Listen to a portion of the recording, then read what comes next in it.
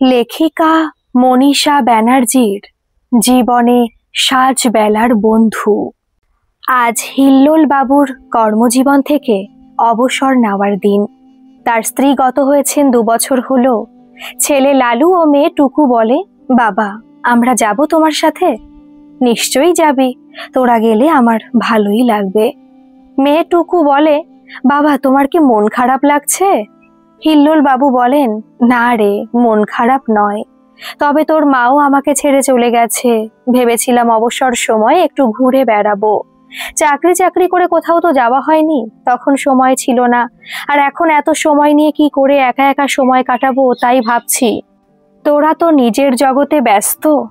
ছেলে লালু বলে, কেন, তোমার বন্ধু বান্ধবদের নিয়ে সময় কাটাবে, বেড়াতে যাবে?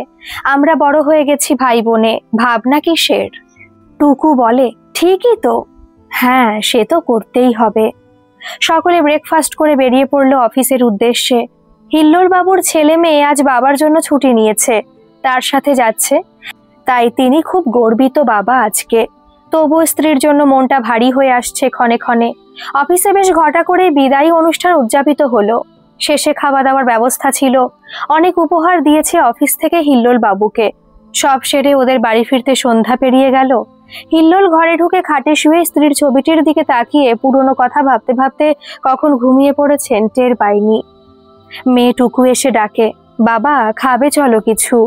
হিল্লোল বাবু বলেন, না আজ আর কিছু খেতে ইচ্ছে করছে না, তোরা খেয়ে নে, আমাকে একটু জল দিয়ে যাস শুধু। টুকু জলের বোতল বাবাকে দিয়ে লালুকে ডেকে নিয়ে খেয়ে নেয়।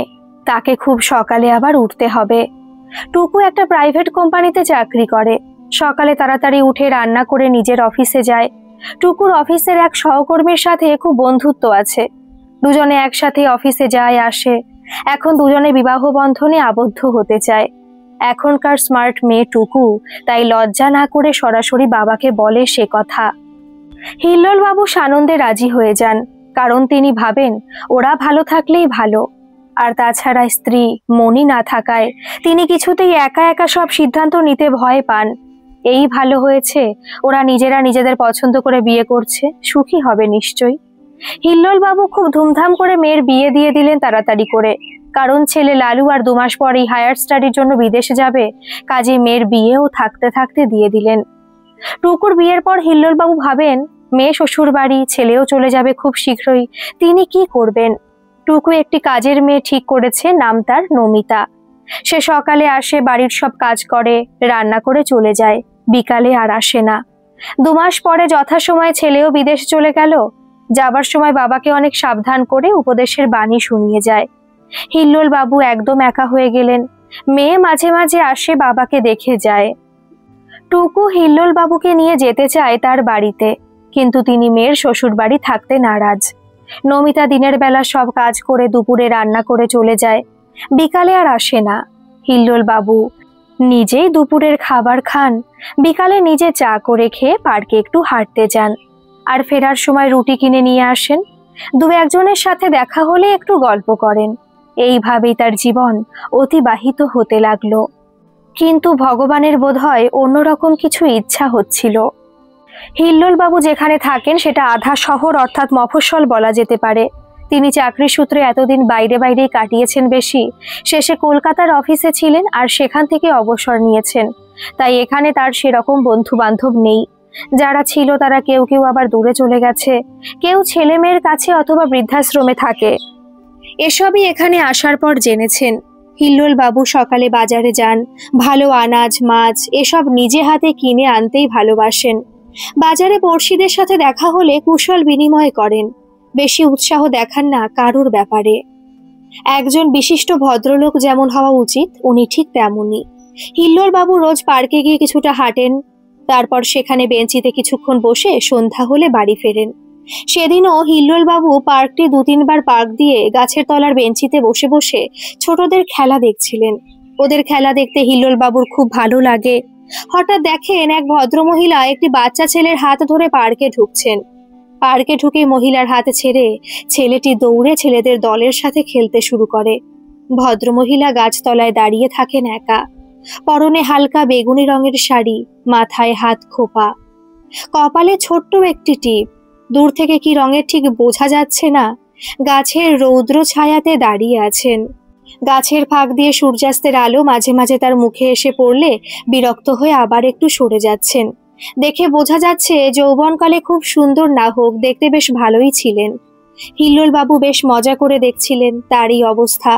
হঠাৎ বাচ্চাটির হয়তো মনে পড়েছে তার কথা, তাই দৌড়ে এসে তার হাত ধরে হিল্লোল বাবু যে বেঞ্চিতে বসেছিলেন সেখানে টেনে এনে বসিয়ে বলে, দিদু তুমি এখানে বসো, কতক্ষণ দাঁড়াবে? পা ব্যথা করবে তো। আমি এখনই বাড়ি যাব না, বলে দিলাম। সে সন্ধ্যা হলে তবে যাব। তুমি এখন চুপ করে বসে থাকো। মহিলা হিল্লোল বাবুর দিকে তাকিয়ে মৃদু হাসেন। তিনিও প্রত্যুত্তরে মুচকি হেসে বলেন, কঠোর শাসনে পড়েছেন? মহিলা বলেন, সে আর বলতে, খুব শাসন করে, তবে খেয়ালও রাখে খুব। খুব ভালো, এমন একটি নাতি থাকলে আর কিছু লাগে না। আপনাকে আগে তো দেখিনি পার্কে, কারণ আমি তো প্রায় 3 মাস ধরে রোজই আসি, তাই বলছিলাম। না আমি আসি না, নাতিকে নিয়ে যে মেয়েটি আসতো তার জন্ডিস হয়েছে, তাই এখন সে আসছে না। তাই আমার উপর ভার পড়েছে ওকে এখানেই নিয়ে আসার, তাই এসেছি আজই প্রথম। হিল্লোল বাবু বলেন, ভালোই হলো, কথা বলার একজন লোক পেলাম, অবশ্য আপনি যদি চান। না না ঠিক আছে, কেন চাইবো না? শুনলেনই তো, সহজেও বাড়ি যাবে না, আর একা চুপচাপ কত বসে থাকা যায়। আমিও বসে বসে এই ছোটদের খেলা দেখি, দেখতে দেখতে ছোটবেলায় ফিরে যাই। জানেন তো, সন্ধ্যার আগে পাখিরা কিচিরমিচির করতে করতে ফিরে এসে সবাই এই গাছে বসে। ওদের কলরবে মাঠ তখন ভরে ওঠে। যখন বাচ্চার দল বাড়ি ফিরে যায় আমিও তখন উঠে যেতে বাধ্য হই। ইচ্ছে না থাকলেও বাড়ি ফিরতে হয়, পার্ক বন্ধ হয়ে যায়। কেন আপনার বাড়ি ফিরতে ইচ্ছে হয় না? আপনার স্ত্রী, বাড়ির লোক তো অপেক্ষা করে নিশ্চয়ই আপনার জন্য। স্ত্রীকেও তো নিয়ে আসতে পারেন হাঁটতে, ওনার হাত পাগুলোর জড়তা কাটে আর আপনিও কথা বলার লোক পান। আমার স্ত্রী 2 বছর আগে রাগ করে আমাকে ছেড়ে চলে গেছেন। ওমা, সে কি, কেন?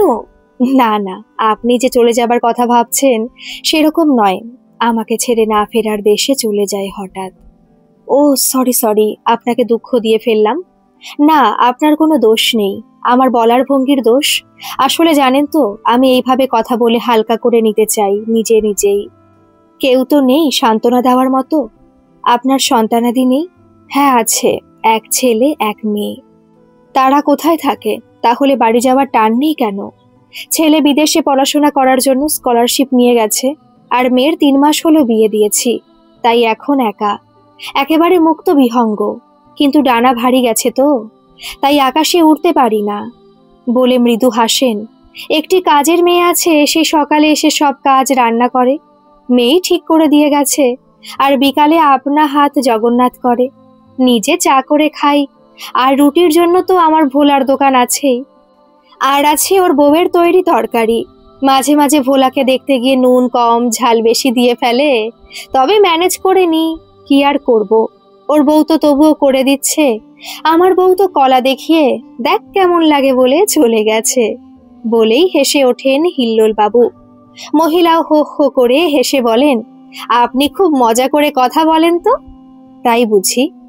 তা কায়দা করে আমার কথা তো সব শোনা হয়ে গেল, এবার নিজেরটা বলুন, ফাঁকি দিলে হবে না কিন্তু। আমার আর কি বলার আছে? আমার একটি মেয়ে, নাম মিঠাই। ও যখন উচ্চ মাধ্যমিক দেয় তখন ওর বাবা মারা যান। অনেক কষ্ট করে ওকে মানুষ করি, এখন চাকরি করে, আর ও নিজে দেখেই বিয়ে করে। তাতে আমার দুঃখ নেই, ছেলেটি ভালো, ওরা আনন্দে থাকলেই আমি খুশি। এই নাতি ওরই ছেলে। নাতির স্কুলের ছুটি আগে হয়ে যায়, তাই আমার কাছে তখন চলে আসে। তারপর ওর মা অফিস থেকে ফেরার পথে নিয়ে যায়। হিল্লোল বাবু সব শুনে নিজের হাতটি বাড়িয়ে দেন আর বলেন, অধমের নাম হিল্লোল ব্যানার্জি। মহিলা বন্ধুত্বের হাতটি ধরে বলেন, এই অভাগীর নাম সুকন্যা গুপ্ত। দুজনেই হেসে ওঠে। সন্ধ্যা নেমে আসে পার্কে। নাতি এসে দিদুর হাত ধরে বলে, এবার বাড়ি চলো, মায়ের আসার সময় হয়ে গেছে। যে যার বাড়ির দিকে রওনা হয়, টাটা করে।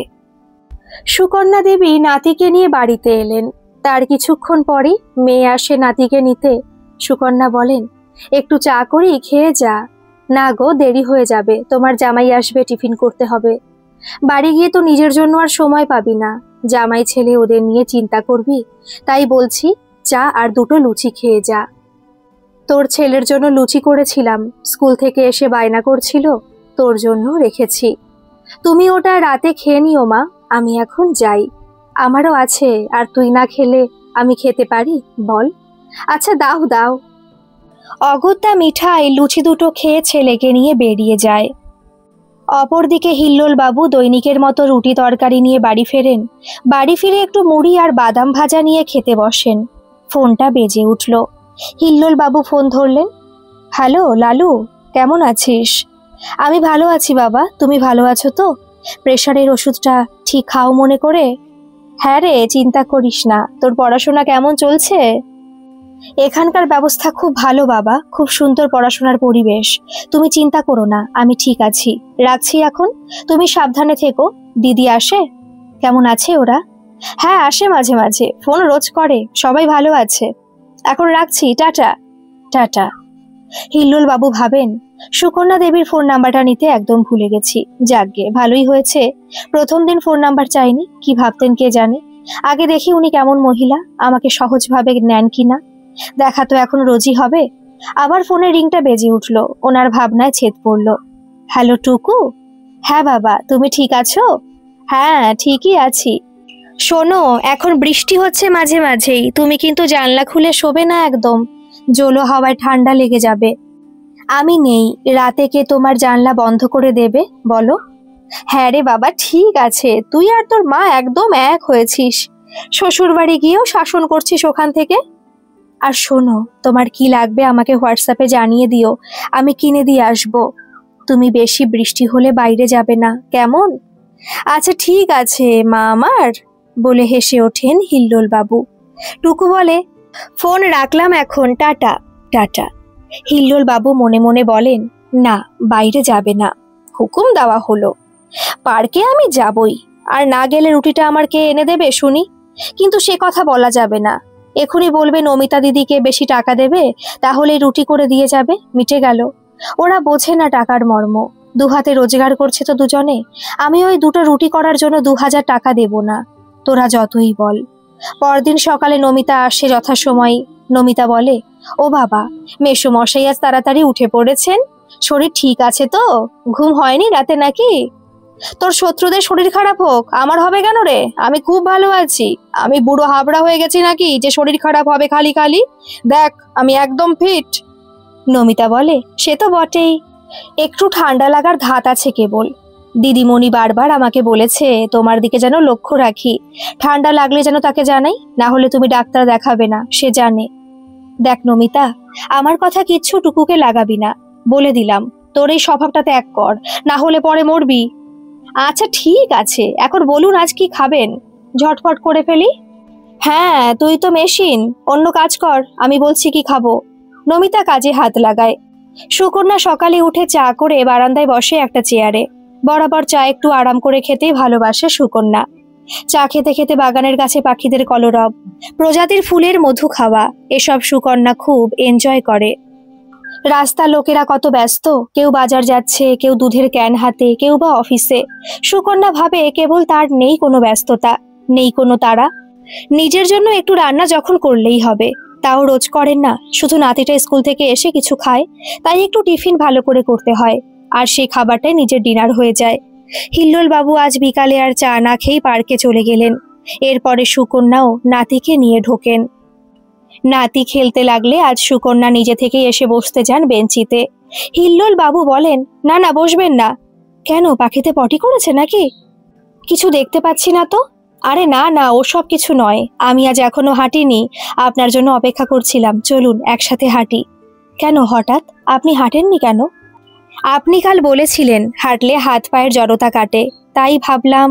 আর তাছাড়া একসাথে 10 পা না হাঁটলে নাকি বন্ধু হয় না, তাই ভাবলাম একসাথে হাঁটলে আপনার আমার বন্ধুত্বটা হবে, কি বলেন? আপনি এত কথাও জানেন বাবা, বেশ চলুন, তবে বেশি পারবো না, আমার পায়ে ব্যথা। ঠিক আছে, যতটুকু পারেন। একসাথে হাঁটতে হাঁটতে গল্প করতে করতে অনেকটা পথ হেঁটেছেন সুকন্যা। নিজেই অবাক হয়ে বলেন, এতটা হেঁটে ফেলেছি আমি, বুঝতেই পারিনি। হিল্লোল বাবু বলেন, আড্ডার কি মহিমা দেখেছেন? হ্যাঁ তাই তো দেখছি। তাহলে এবার থেকে রোজ হাঁটা? সুকন্যা মুচকি হেসে বলেন, ঠিক আছে, চেষ্টা করব। হিল্লোল বাবু বলেন, চেষ্টা করলে সব হয়। হিল্লোল বাবু বেঞ্চিতে বসে। একটি লোক ফ্লাক্সে করে চা বিক্রি করে পার্কে, তাকে ডাকেন। সুকন্যা বলে, আমি চা খাবো না। তাহলে আমারও আর চা খাওয়া হলো না। কেন, আপনি খান না? আরে আজ বাড়িতে চা খেলাম না, ভাবলাম একা একা বসে রোজ চা খাই, সেই স্ত্রী মণিমালা মারা যাওয়ার পর থেকে। ভালো লাগে না, জানেন তো, তাই ভাবলাম আজ আপনার সাথে একসঙ্গে চাটা পার্কে এসেই খাবো। থাক, আজ না হয় চা খাওয়া হবে না। এমা, না না, তা কেন? আচ্ছা, আমিও খাবো। আমি তো ভেবেছি এটা বাড়তি খাচ্ছেন, আমি কিন্তু পয়সা দেব। তাহলে এত পা হেঁটে এসেও বলছেন বন্ধু হইনি আমরা? কখন বললাম সে কথা? আমি পারবো না আপনার সাথে কথাতে, হার মানছি। হেসে ফেলেন সুকন্যা। হিল্লোল বাবু বলেন, বন্ধুর এই হাসিটাই তো আমার পাওনা, চায়ের দাম। আর কিছু চাই না। চা খেতে খেতে হিল্লোল বাবু বলেন, জানেন সুকন্যা দেবী, মণিলাল আমাকে ছাড়া কিছু জানতো না। আমি কেবল বলতাম তুমি সব শিখে নাও, ব্যাংক, পোস্ট অফিসের কাজ। আমি মরে গেলে তোমার খুব অসুবিধা হবে। কার কাছে যাবে রোজ রোজ? লোকে তোমাকে ঠকাবে। ও কেবল বলতো আমাকে ঠকানোর সুযোগই পাবে না। আমার কিচ্ছু শিখতে লাগবে না, তুমি দেখবে সব। তাই হলো। ওর কিছুই শিখতে লাগলো না, ও চলে গেল আমাকে দেখবার জন্য রেখে দিয়ে। হিল্লোল বাবুর চোখ ছলছল করে ওঠে। সুকন্যার ও চোখ থেকে জল পড়ে। হিল্লোল বাবুকে বলেন, দুঃখ করবেন না, কাউকে না কাউকে তো থাকতেই হয় দেখবার জন্য, একসাথে তো যাওয়া যায় না স্বাভাবিকভাবে। জানেন সুকন্যা দেবী, যখনই কিছু খেতে বসি তখনই ভাবি একসাথে খেতাম দুজনে। যখন বাড়ি ফিরে ফাঁকা ঘরে ফাঁকা বিছানায় শুতে যাই তখন খুব কষ্ট হয়, খারাপ লাগে। কিন্তু ছেলে মেয়েদের কাছে এসব কথা বলতে পারি না মন খুলে, বাধো বাধো লাগে। আর ছেলেদের চোখে জল মানায় না, তাও আবার বউয়ের জন্য, বুঝতে পারছেন? লজ্জা শুধু নারীদের নয়, ছেলেদেরও লজ্জা হয়। সুকন্যা বলেন, সব বুঝি হিল্লোল বাবু, আমি মেয়ে মানুষ, বাড়িতে থাকা মহিলা, কিছুই জানতাম না। কিছু জানার বোঝার আগেই হঠাৎ করে উনি চলে গেলেন। শোকে পাথর হয়ে যাবার কথা ছিল আমার। কিন্তু তখন আমার মাথায় একরাশ দুশ্চিন্তা চেপে বসলো। মেয়ে সবে উচ্চ মাধ্যমিক দিয়েছে, তার লেখাপড়া, সংসার চালানো, কোথায় কি টাকা আছে আদৌ কিছু জানি না। কিচ্ছু জানি না। নিজের বাবা অনেকদিন মারা গেছে, মাই থাকে দাদাদের কাছে। শ্বশুর বাড়ি সেরকম কেউ নেই, উনি এক সন্তান ছিলেন। অফিস থেকে টাকা যা পেয়েছিলাম তা দিয়ে আর ঘরে বসে যা যা কাজ করা যায় সবই তখন করেছি। এইভাবে জীবন যুদ্ধ চালিয়েছি জানেন, বসে শোক করার সময় পাইনি। সত্যি বলছি আপনাকে হিল্লোল বাবু, মেয়েটা চাকরি পেলে একটু নিশ্চিন্ত হয়েছিলাম, কারণ নিজের ক্ষমতাও কমছে। হিল্লোল বাবু, তাই বলছি দুঃখ করবেন না, সব মেনে নিতে হয়, মানিয়ে নিতে হয়। সেক্ষেত্রে ছেলে মেয়ে সবাই এক। হিল্লোল বাবু বলেন, ঠিকই বলেছেন। আজ আপনাকে বন্ধু হিসাবে মনের কথাগুলো বলে অনেকটা হালকা লাগছে। আমারও তাই। মেয়ে কষ্ট পাবে বলে ওকে কিছু কোনোদিন বলতাম না, সব নিজে নিজেই সামলাতাম, যাতে ওর লেখাপড়ার না ক্ষতি হয়। ছেলের দল এবার বাড়ি ফেরে, সন্ধ্যা হয়ে এলো। সুকন্যা বলেন, আজ চলি হিল্লোল বাবু, ভালো থাকবেন। দুজনে বাড়ি ফেরার পথ ধরে। আস্তে আস্তে হিল্লোল বাবু আর সুকন্যা দেবীর ভেতর বেশ সখ্যতা তৈরি হয়, আর সেই সখ্যতা গভীর বন্ধুত্বের দিকে যায়। রবিবার নাতি আসে না, কারণ ওর বাবা মা সেদিন বাড়িতে থাকে, তাদের সাথে সময় কাটায়। সুকন্যা দেবী কিন্তু পার্কে না গিয়ে পারেন না, যান, কারণ হিল্লোল বাবুর সান্নিধ্য ও তার মজার মজার কথা তাকে টানে। আর সময়টাও কোথা দিয়ে কেটে যায় বুঝতেই পারেন না, একটা ভালো লাগার আবেশ ঘিরে থাকে।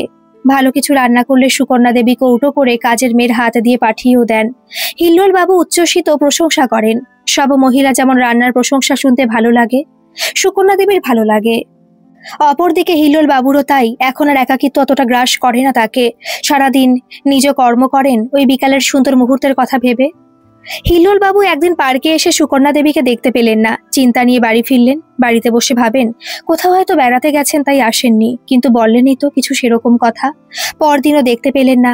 3 দিনের দিন হিল্লোল বাবু আর থাকতে না পেরে ওর বাড়িতে যান খোঁজ নিতে।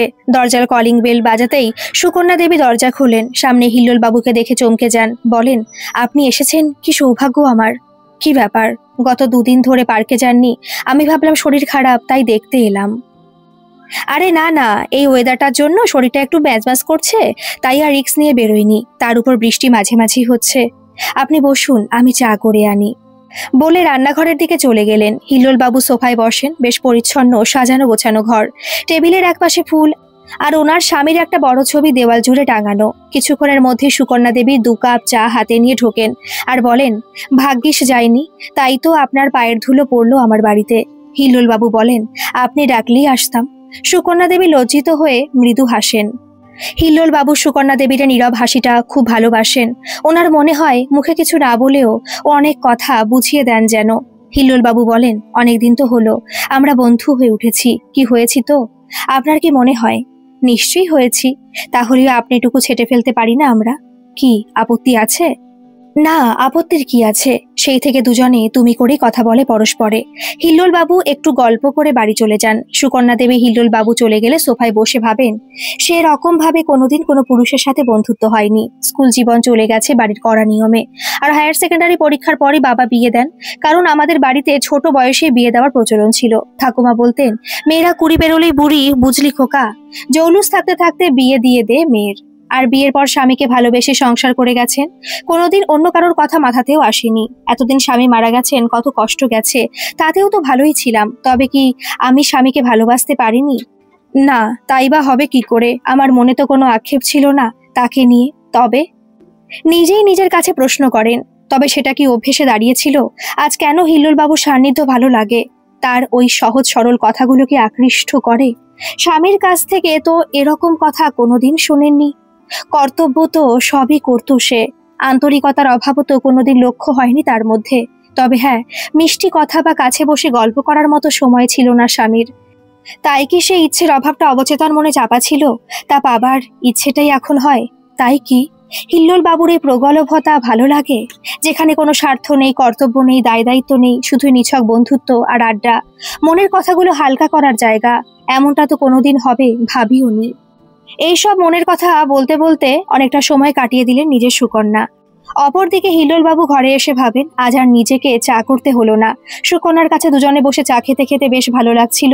মণিমালা চলে যাওয়ার পর থেকে একা একা বসে চা খেত, সেরকম আর ভালো লাগে না। শুধু অভ্যেসের জন্য খাই, সবই করতে হয়, বাঁচাতে হবে বলে। চাকরি পাওয়ার পরই মণিমালার সাথে বিয়ে হয়। বিয়ের পরই প্রেম ভালোবাসা সবই ছিল স্ত্রীর সাথে। বন্ধুরা বলতো, জীবনে প্রেম তো করলি না, কি করে জানবি প্রেম করার মজাটা কি? সত্যি কি স্ত্রীর সাথে প্রেম হয় না? সেটা আলাদা কি মজা? না, এই বয়সে এসে আর ভেবে লাভ নেই। তবে আমি কি মনিকে ভালোবাসতে পারিনি? প্রেম হয়নি তার সাথে জীবনে? কি জানি, এখন তো আর বুঝতে পারি না, বোঝার উপায়ও নেই, কারণ মণিমালাই তো নেই।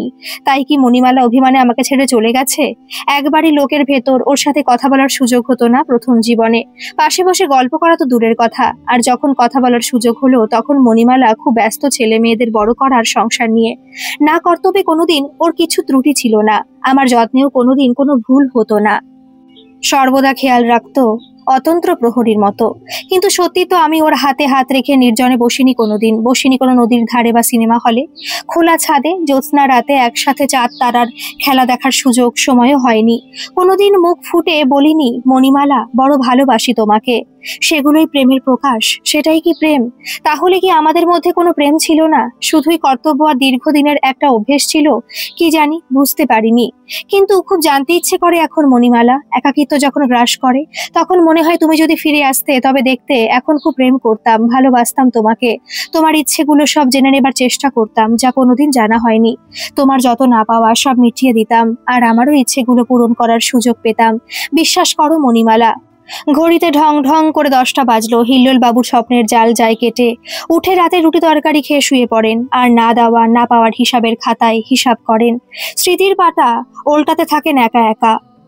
সুকন্যা দেবীর কাজের মেয়ে ভারতী বলে, কাকিমা তোমার আনা সেদিনের কচুর শাক তো শুকিয়ে যাচ্ছে, কতদিন থাকবে? আজ রান্না করবে, কেটে দেব? তাহলে ফ্রিজে ইলিশ মাছের মাথাটাও আছে, বের করে রাখবো। সুকন্যা দেবী বলেন, রাখ, শরীরটা ভালো নেই, মুখেও রুচি নেই, তাই রাখতে ইচ্ছে করেনি। ঠিক আছে, আজ করব, তুইও নিয়ে যাস। ভারতীর আগ্রহ বেশি এজন্যই, জানে কাকিমা একা খায় না, ওকেও দেয়। ভারতী কেটে বেটে দেয়। সুকন্যা পূজা করে রান্না বসায়। ভারতী ঘরদোর পরিষ্কার মোছা করতে থাকে। ভারতী বলে, জানো কাকিমা, পাশের বাড়ির বুড়িটা বলছিল কালকে কে এসেছিল রে বিশ্বাস বাড়িতে বিকেলে। ও তাই বুঝি, তা তুই কি বললি? আমি বললাম, তা আমি কি জানি, তখন তো আমি কাজ করে চলে গিয়েছিলাম। কে এসেছিল গো? ওই ব্যানার্জি বাবু, উনি। হ্যাঁ আমি জানি তো, তোমার সাথে পার্কে আলাপ হয়েছিল, সেদিন ধোকার ডালনা রেঁধেছিলে, তুমি আমাকে দিলে আর ওনাকে দিয়ে আসার জন্য বললে। ও আচ্ছা, ওই কাকু এসেছিলেন, তাই বলো। আমি ভাবলাম তোমার কেউ আত্মীয় এসেছিল। আজও তুই যাবি, যখন একটু কচুর শাক নিয়ে যাস। ভারতী বলে, আচ্ছা। আহাগো, একলা থাকে, রাঁধুনি কি আর এসব ঝঞ্ঝাটে রান্না করবে?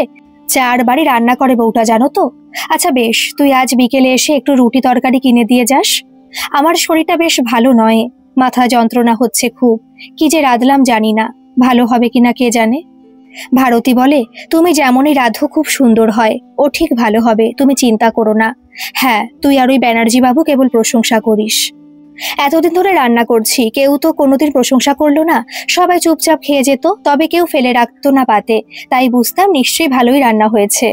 ও কাকিমা, পুরুষ মানুষগুলো ওই রকমই হয় গো, মুখের গোড়ায় পায় তো সময় সময়, তাই তার কদর বোঝে না।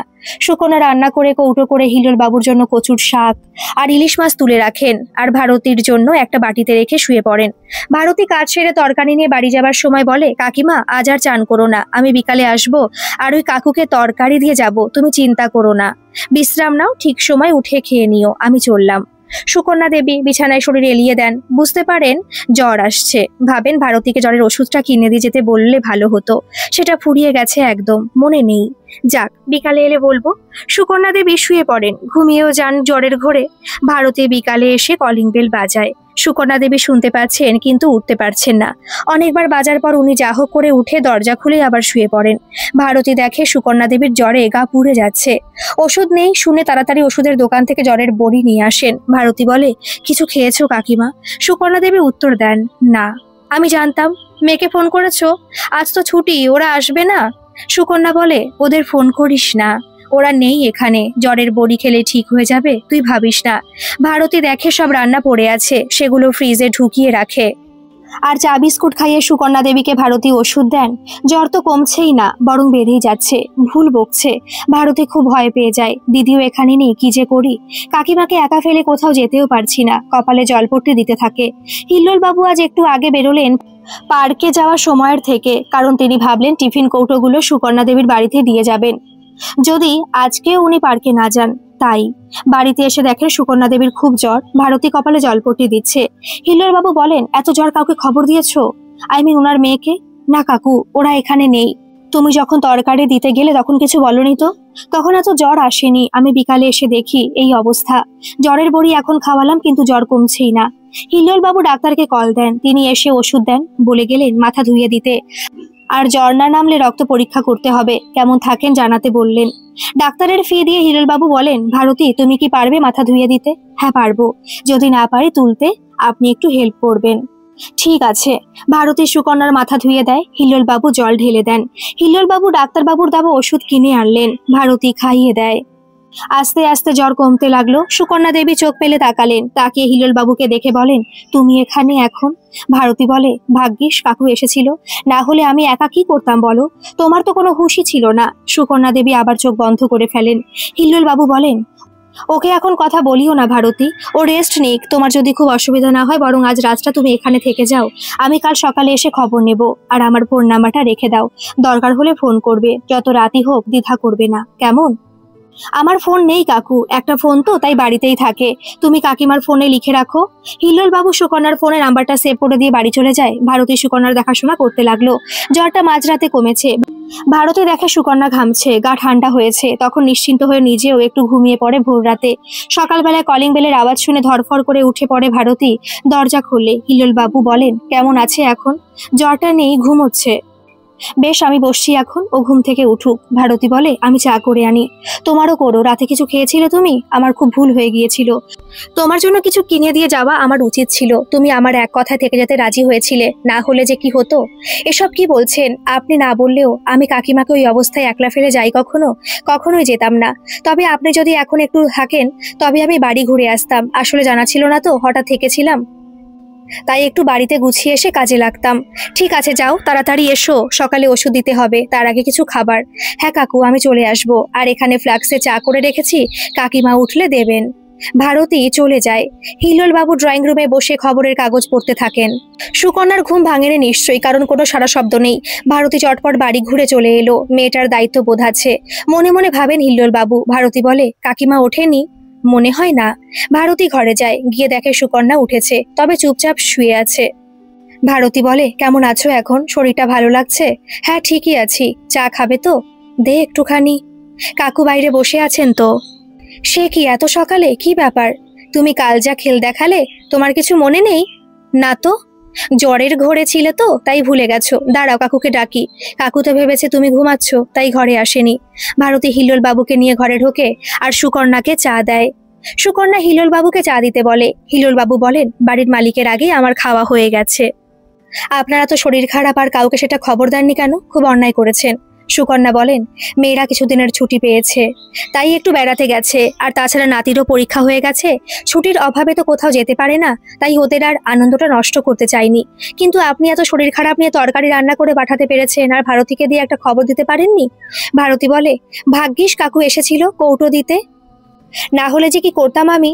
সুকন্যা দেবী বলেন, দেখো দেখি তোমাদের কি রকম বিপদে ফেলেছি আমি, খুব দুঃখিত। তাই বুঝি, তাহলে আমরা বন্ধু কি করে হলাম?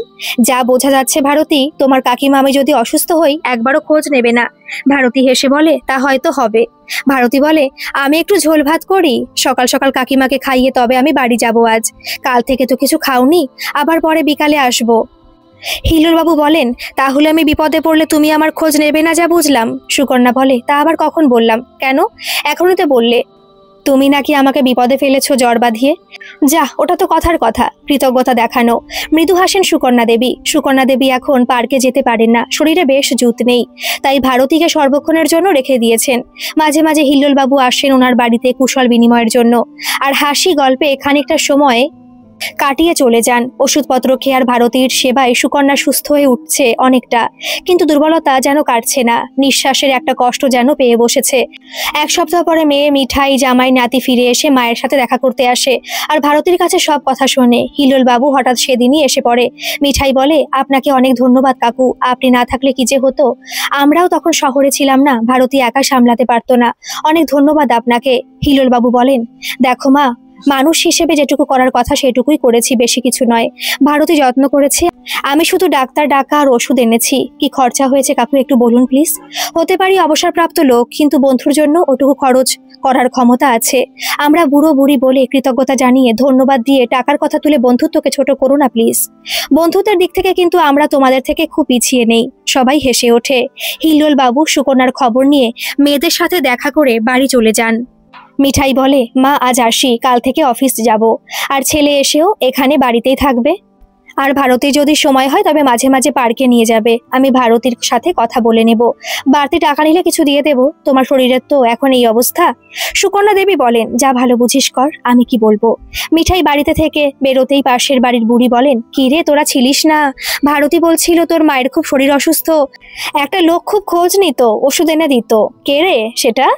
মিঠাই বলে, কাকু। তোর আবার কাকু আছে নাকি? মিঠাই বলে, এখন ভালো আছে মা, আমি আসছি, অনেক কাজ আছে, বলে চলে যায় এড়িয়ে। জামাই বলে, কাজকর্ম নেই ওদের? মিঠাইয়ের মুখটা ভারী হয়ে যায়। এরপর কি হয় কে জানে। প্রতিবেশীদের অনেক প্রশ্ন, অনেক কৌতূহল সব সময় থাকে আমাদের সমাজে, কিন্তু সেটা যখন নিজের কারোর যদি হয় তখনই সেটা হয় খুব কষ্টের। একদিন ছেলেকে নিতে এসে মেয়ে মিঠাই সুকন্যা দেবীকে বলেন, মা, তোমার ওই ভদ্রলোকের সাথে এতটা না জড়ালে ভালো হতো। সুকন্যা দেবী বলেন, কেন? দোষ কোথায়? তিনি একজন শুধুই পুরুষ মানুষ বলে? তোরও তো অনেক ছেলে বন্ধু, মেয়ে বন্ধু আছে, সহকর্মী পুরুষ মানুষ আছে কর্মস্থলে। আমার যা বয়স, সেখানে যদি এমন নিঃস্বার্থ কোনো বন্ধু হয়, দোষ কোথায়? আচ্ছা বলতো, আমাদের মতো বয়স্ক মহিলার সাথে কি তোদের মতো ইয়াং ছেলে মেয়ের বন্ধুত্ব হয়? তারা কি আমার পুরনো দিনের কথা, তোর বাবাকে নিয়ে কথা কেউ শুনবে? বলবে ওই বুড়িটার আর কোনো কথা নেই, এড়িয়ে চলবে। অথচ হিল্লোল বাবু আমার সেই সব কথা মন দিয়ে শোনেন। আমিও ওনার স্ত্রীকে নিয়ে সময় কাটানোর কথা, পুরনো দিনের ছোটবেলার কথা বলেন, আমিও তা শুনি। আমি তোকে বড় করার গল্প করি, উনি ওনার ছেলে মেয়ের গল্প করেন। এইভাবে আমরা একে অপরের কথা শুনে ও বলে হালকা হই। আমরা দুজনে এক পথের পথিক, তাই বোধহয় বন্ধুত্বটা তাড়াতাড়ি হয়েছে।